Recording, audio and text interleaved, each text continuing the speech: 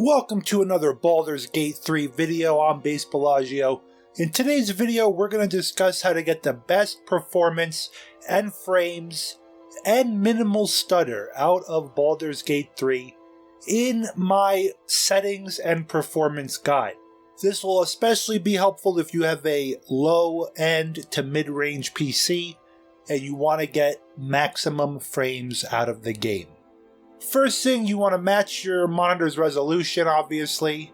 Set the refresh rate to whatever the monitor is. And I would disable VSync and use a frame rate cap. And cap it to where you want it underneath your monitor's refresh rate so you do not get screen tearing. If you do get screen tearing, you probably have a powerful GPU. Then you could turn on VSync if you don't have a G-Sync monitor. Now, the settings that affect your frames the most, we will talk about. We'll go down each one and I'll tell you how it affects it. The model quality, not as much as you may think, but if you look at the details between medium and high, it's not that much of a difference. So if you need to get some frames, you can lower this to medium. Detail distance will eat at your frames on a lower end graphics card. Turn this to medium. And also your instance distance, if this is too high on a lower end PC, this could affect it. You want this at medium. All this does is load objects in the farther away you are. Texture quality, the difference between medium and high, you can notice a difference. Definitely sharper detail on the high. This does affect frames per second, but not as much as you think. After you adjust everything else, if you're still getting some performance hiccups, lag, stutters, you want to lower the texture quality. Same thing with filtering, lower this if you're getting some stutters. 16x is pretty good for modern day GPUs. Animation level of detail does not quite affect frames that much. It more affects VRAM, RAM usage, hard drive usage. For people that have this game on a hard drive, not an SSD, solid state drive, they actually have a setting for you. This is interesting. This is especially useful for people that have very good graphics cards, but still are not using SSDs. Or this game is so massive, you might not have room on an SSD. You would click this and your system would use more RAM and VRAM, and offload your hard drive usage a little bit. Dynamic crowds does impact performance, and they warn you up above. You would want to turn this off if you are experiencing lag, stutters, or suboptimal frames. Now, the most important is shadow quality. This is where a lot of the FPS gets eaten up. The difference between medium and high, in my opinion, is of personal preference. It is not that bad on medium, but high you could see it's a more crispy shadow. Cloud quality. For me, this was on ultra. I turned it down to high because the difference between ultra and high, in my opinion, is nothing. The difference between high and medium is not that big of a deal. If you need an extra boost in your FPS, lower this to medium. Same with fog quality. The difference is not that much, and it definitely eats away at your FPS. I am going to turn mine from ultra to high. I don't think there's a need to be ultra fog quality. Now, your post-processing settings. If you have a 2000, 3000, or 4000 series Nvidia graphics card, you can turn on the DLSS.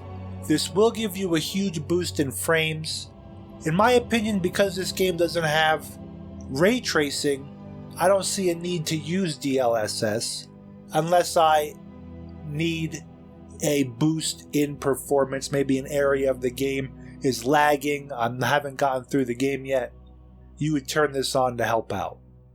Or, again, if your system is a little older, but your graphics card a little newer, this will give you the frame boost you need.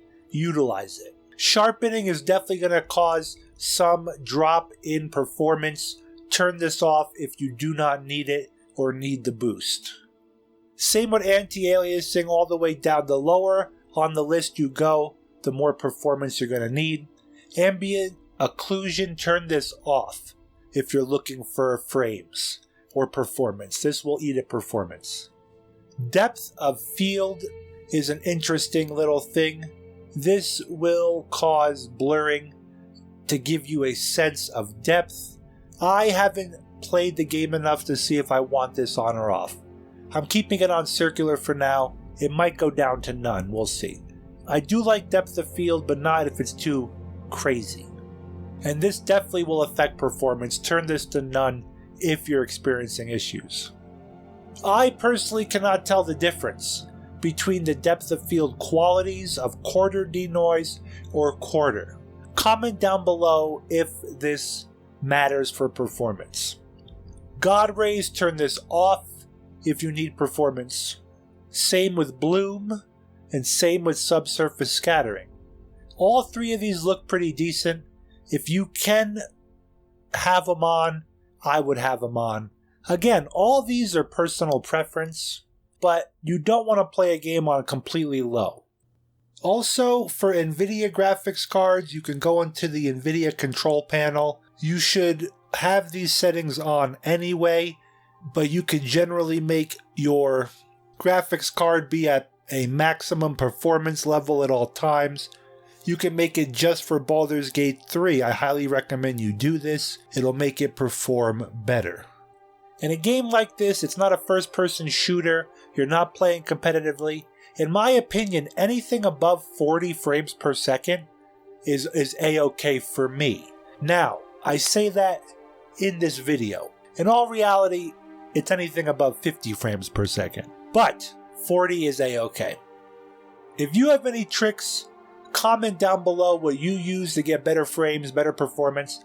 Are you experiencing lag? Do you think the game is well optimized? I'd love to hear your comments down below. Also, hit that thumbs up button. It helps out the channel more than you can imagine. Hit that subscribe button if you want to see more video game content, more Baldur's Gate 3 content. And thank you all for watching. I want to thank my Patreons and people that share this video. Thank you all. Have a great rest of your day.